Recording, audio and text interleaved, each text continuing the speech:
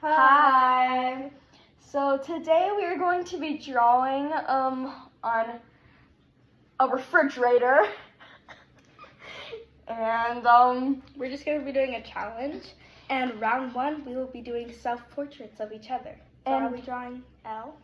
And I'll be drawing Liz, and you're going first. I got you. So let's get to drawing. I'm really good at drawing, okay? All right, so let's do the eyes first. Oh, what just happened?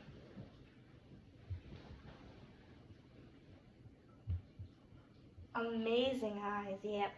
The eyebrows. The nose. And I need to show up. Okay, ready? 3, 2, 1. Guys, wait.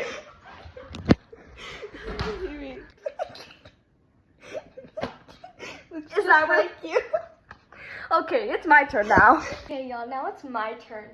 So we're just gonna start off with eyes. Yep. Liz. Alright. What is that? You guys wanna see? Wonderful, I know, right?